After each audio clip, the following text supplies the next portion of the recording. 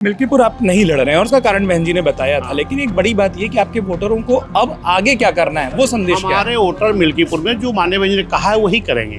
आज बड़ी press conference Mayawati ji ने अपने जन्मदिन के मौके पर की है। आप लोग ढेर सारे कार्यक्रम कर रहे हैं, उसमें संगठन की दृष्टि से, सुधार की दृष्टि से उन्होंने कहा कि आने वाले वक्त में सुधार हो, उसके लिए कार्यक्रम होंगे। वो क्या कार्यक्रम होंगे, वो आप अगर बता पाएं?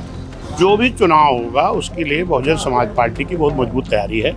आज माननीय बहन जी का जन्मदिन है। जन्मदिन को हम लोग पूरे देश में बड़े धूमधाम से मनाते हैं। उसी कड़ी में आज भी पूरे देश में बहन जी का जन्मदिन मनाया जा रहा है।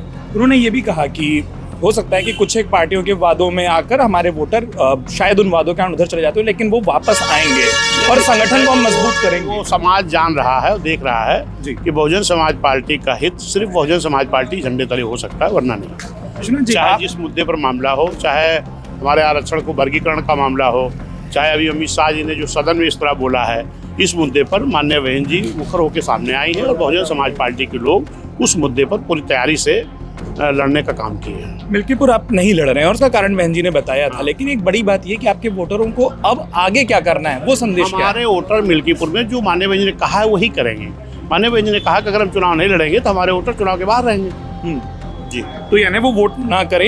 एक ये मैं ऐसा कुछ नहीं कह रहा हूँ। माननीय बहन ने कहा हम जो चुनाव नहीं लड़ेंगे तो हमारे जो लोग हैं वो उनका कोई मतलब नहीं चुनाव से। जी।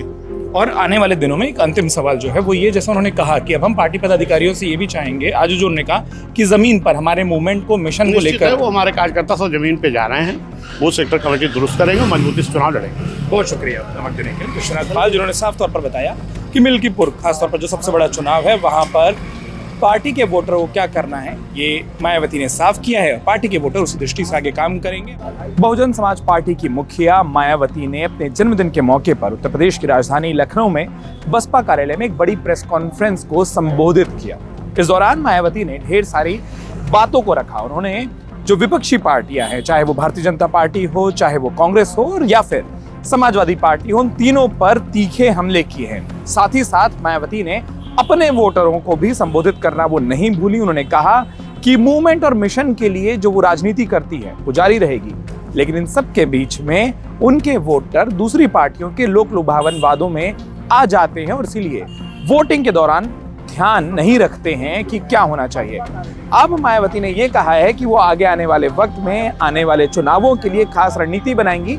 इस रणनीति को लेकर वो अपनी पार्टी के पदाधिकारियों से, नेताओं से, कार्यकर्ताओं से बात करेंगे। और मेरे ठीक पीछे जो बहुजन समाज पार्टी का प्रदेश कार्यालय आप देख रहे हैं, ये वही कार्यालय है जहां पर वो तमाम बैठकें होंगी, जहां पर वो तमाम रणनीतियां बनेंगी, जहां पर वो तमाम मीटिंग्स होगी।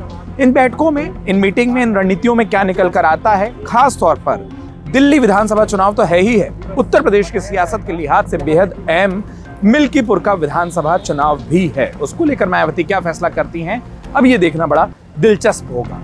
लखनऊ से अमर उजाला के लिए उत्कर्ष चतुर्वेदी। अगर आप ये वीडियो YouTube पर देख रहे हैं तो हमारे चैनल को सब्सक्राइब करें और बेल आइकन को दबाना ना भूलें। अगर आप Facebook पर ये वीडियो देख रहे हैं तो हमारे पेज को लाइक करें।